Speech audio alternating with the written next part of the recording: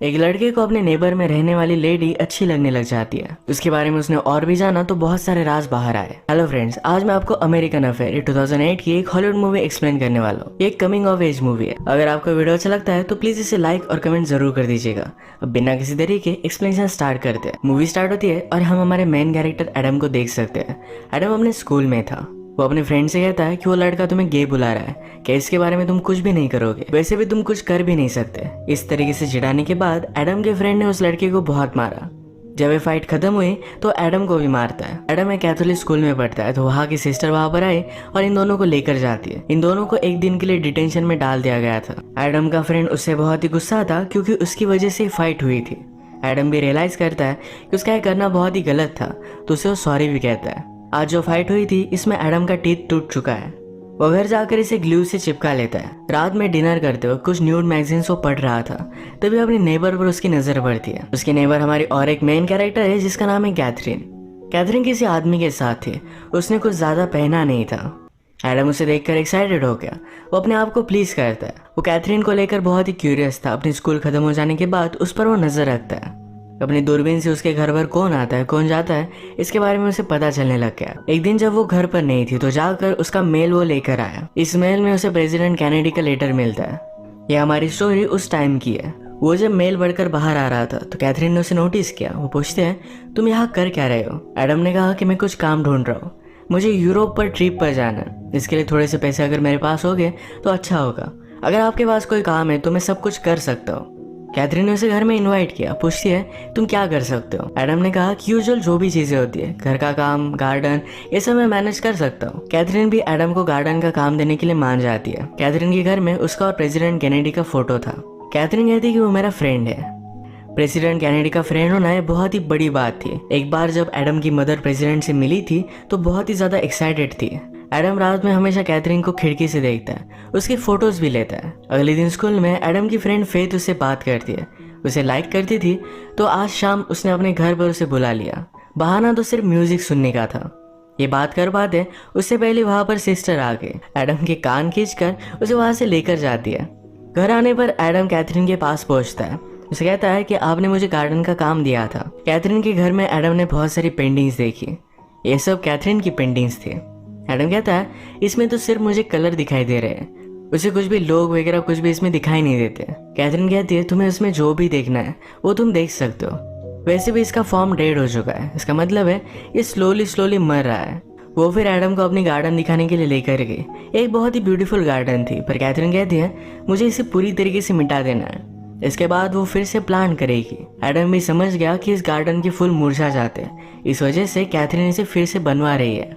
Adam garden में काम करने लग गया और थोड़ी देर बाद कैथरीन उसके पास आई और वो बहुत ही अच्छे से ड्रेस थी। एडम कहता है आप बहुत ही ब्यूटीफुल लग रही हो। कैथरीन हंसती है और वहां से चली जाती है। एडम जब रात में घर पर आया तो उसके मदर फादर नोटिस करते हैं उसके कपड़े बहुत ही ज्यादा खराब है। वो कैथरीन के लिए अब काम करता है, इसके बारे में उसने उन्हें बता दिया। इस बात से उसकी मदर बहुत ही ज्यादा अपसेट हो गई थी। उसे समझाती है कि कैथरीन एक अलग टाइप की लेडी है, वो हमारी तरह नहीं है, उसने बहुत ही अलग अलग चीजें की हुई है। वो उसे इनडायरेक्टली बता रही थी कि कैथरीन का कैरेक्टर अच्छा नहीं है। एडम कहता है कि आपने ही तो कहा था कि मुझे कुछ पैसे कमाने चाहिए। ये बात एडम के फादर को भी सही लगी। वो कहते हैं तुम काम तो कर सकते हो, पर काम हो जाने के बाद डायरेक्टली घर पर आना। आज रात फिर से एडम कैथरीन के घर के सामने नजर रख रहा था तो उसने देखा कि बहुत बड़ी बड़ी गाड़ियां खड़ी हुई थी। उसने अपनी दूरबीन लगाकर देखी तो प्रेसिडेंट कैनेडी को वहां देखता है। वो इस बात से शॉक्ड हो गया। अगले दिन गार्डन पर काम करते हो उसने कैथरीन से कहा कि आप जब बोल रही थी कि प्रेसिडेंट कैनेडी आपका फ्रेंड है तो आपने बहुत ही सच कहा था। मैंने कल रात उन्हें आपके घर में देखा। कैथरीन गुस्सा होकर बोलती इस बारे में तुम भूल जाओ, कभी भी इसके बारे में किसी को भी पता नहीं चलना चाहिए, कुछ चीजें प्राइवेट रखनी चाहिए। एडम को अपने पेरेंट्स से पता चला था कि कैथरीन का भी एक बेटा था, इसके बारे में भी उससे पूछ लेता है। कैथरीन कहती कि अब वो तुम्हारी एज का होता, वो बहुत ही स्वीट था। कैथरीन एडम को अपने बेटे की तरह समझती है कि एडम को अच्छा नहीं लगता। इन दोनों की बातों से हमें पता चलता है कि कैथरीन और उसका हस्बैंड इन दोनों में फाइट है। थोड़ी देर में जब कैथरीन घर से बाहर गई तो एडम उसका पीछा करता है। कैथरीन आज लूशियन से मिलने के लिए गई थी। लूशियन एक्चुअल में कैथरीन की एजेंसी के लिए काम करता था। इनकी एजेंसी इन्फ्लुएंशियल लोगों को जैसे प्रेसिडेंट, बहुत बड़े बिजनेसमैन, इन लोगों को लड़कियां सप्लाई करने का काम करती है। लूसन कैथरीन को प्रेसिडेंट कैनेडी को कुछ बताने के लिए कह रहा था। वो एक पॉलिटिकल बात को लेकर प्रेसिडेंट को कुछ समझाना चाहते थे, पर कैथरीन की उससे उस तरीके से बात नहीं होती है। कैथरीन कहती है कि वो मेरा कुछ भी सुन नहीं रहा। उस रात जब वो प्रेसिडेंट से मिली थी वो लास्ट टाइम था। आज शाम फेथ ने एडम को अपने घर पर बुलाया था। उसके घर पर जाता है, ये म्यूजिक सुनते हैं और फिर किस करने लग गए।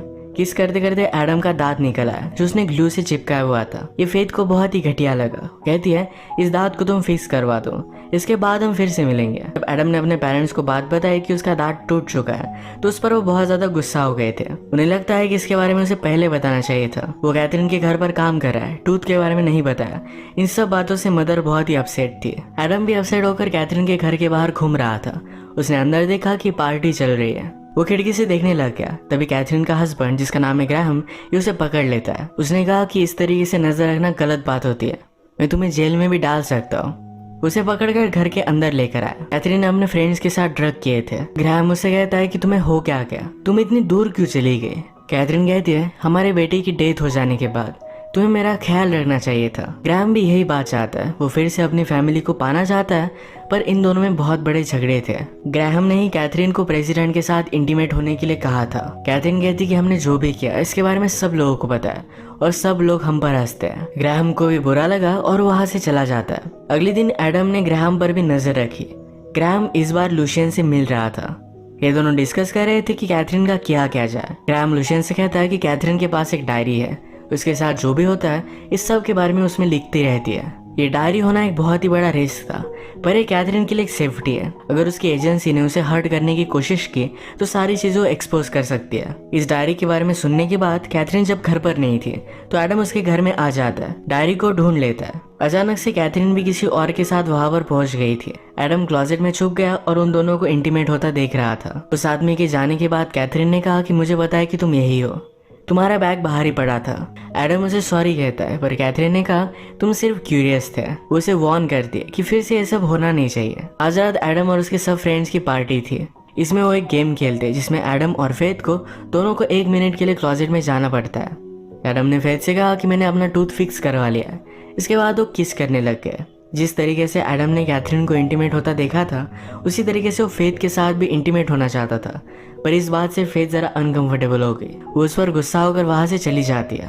एडम जब घर पर आया तो कैथरीन के घर से बहुत ही लाउड म्यूजिक चल रहा था। उसे देखने के लिए वो पहुंच जाता है। वो बाहरी बारिश में भीग रही थी। वो एडम को देखकर उसके साथ घर में आती है।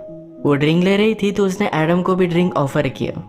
इसके बाद वो एडम के साथ पेंट करने लग गई। एडम ने कैथरीन को किस करने का ट्राई किया पर कैथरीन उसे रोक लेती है।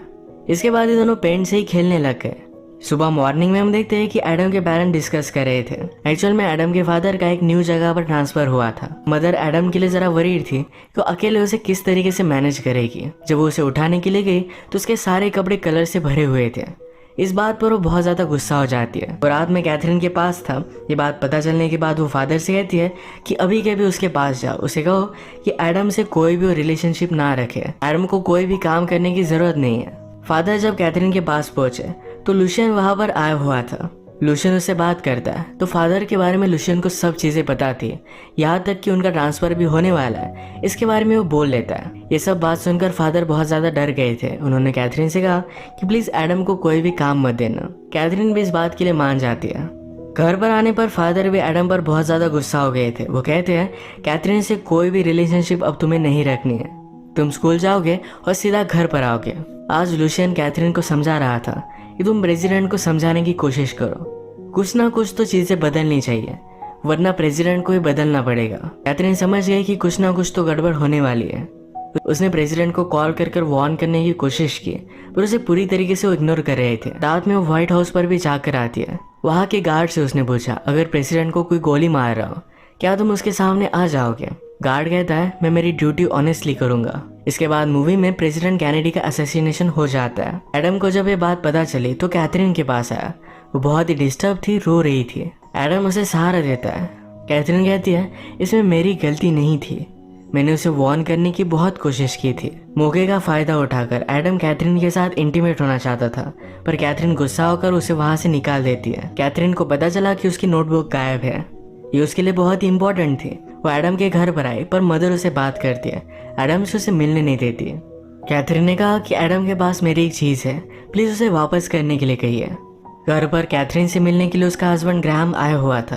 उसे कहता है प्लीज नोटबुक वापस कर दो, इससे तुम बहुत ही सेफ रहोगी। कैथरीन कहती है कि जब मैंने तुमसे शादी की थी तुम बहुत ही अलग पर्सन थे, अब तुम क्या बन चुके हो। ग्राहम कहता है कि प्रेसिडेंट की डेथ तो होने ही वाली थी, वो किसी का भी सुनता नहीं था, इसमें किसी की भी गलती नहीं है।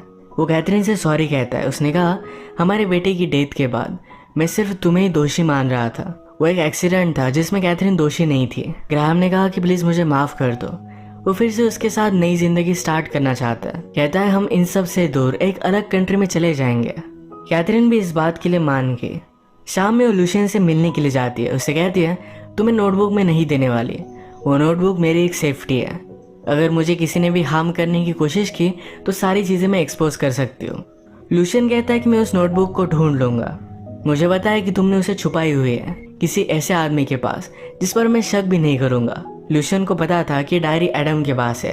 कैथरीन इस बात से बहुत ही डर गई। वो लूशियन के पास आती है और कहती है प्लीज वो डायरी मुझे वापस कर दो, अब मैं यहाँ से चली जाने वाली हूँ। लूशियन कहता है कि तुम क्यों जा रही हो। वो कहती है कि लाइफ में पर्पस ढूंढने के लिए। मेरा बेटा, मेरा आर्ट, ये सब चीजें मेरी लाइफ को मीनिंग दे देते हैं। जैसे आप बड़े होते जाते हो तो ये चीजें आप लूज करते हो, ये हमेशा आपको ढूंढती रहनी चाहिए, कुछ न्यू चीजें ट्राई करना चाहिए। ये एडम के लिए एक लाइफ लेसन था। अगले दिन स्कूल से जब एडम जल्दी घर पर आता है तो उसका कमरा तहस नहस पड़ा हुआ था। लूशियन घर पर आकर कैथरीन की डायरी लेकर गया था। एडम कैथरीन के घर पर पहुंचा तो वहाँ लूशियन है। उसने उस डायरी को जला दिया।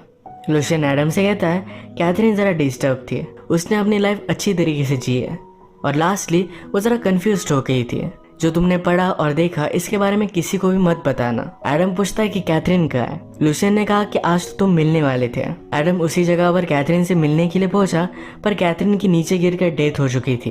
कैथरीन के हस्बैंड को इसके बारे में पता चलने के बाद उसे भी बहुत बुरा लगता है पर लूशियन के खिलाफ वो कुछ कर भी नहीं सकता। कैथरीन की डेथ के बाद एडम बहुत अपसेट था। स्कूल में अपने फ्रेंड्स के साथ उसकी बनती नहीं थी क्योंकि फ्रेंड्स के बीच में उसने फाइट लगाई थी। उसके फ्रेंड्स मिलकर उसे बहुत मारते हैं। उसने जो भी किया इसका उसे बहुत रिग्रेट होता है। घर पर आने के बाद उसे कैथरीन से एक कुरियर मिला। उसने मरने से पहले एडम के नाम पर एक कुरियर कर दिया था। इसमें पेंटिंग के अलग अलग पार्ट्स थे। इस पार्ट्स को जोड़ने के बाद एडम की पिक्चर बनी। कैथरीन के डेथ के बाद एडम को समवॉट एक क्लोजर मिल जाता है। इस एक्सपीरियंस से वो सीखेगा और आगे बढ़ेगा। इसी के साथ ये मूवी एंड हो जाती है। अगर आपको वीडियो अच्छा लगा तो प्लीज़ इसे लाइक कर दीजिएगा। ये बहुत सारे मूवीज़ लेकर आते रहता हूँ तो प्लीज़ इस चैनल को सब्सक्राइब कर दीजिए और बेल नोटिफिकेशन आइकन दबाना मत भूलिएगा। हम फिर से मिलेंगे और एक नई मूवी के साथ। तो देख ले थैंक यू और आप अपने आप का ख्याल रखिए।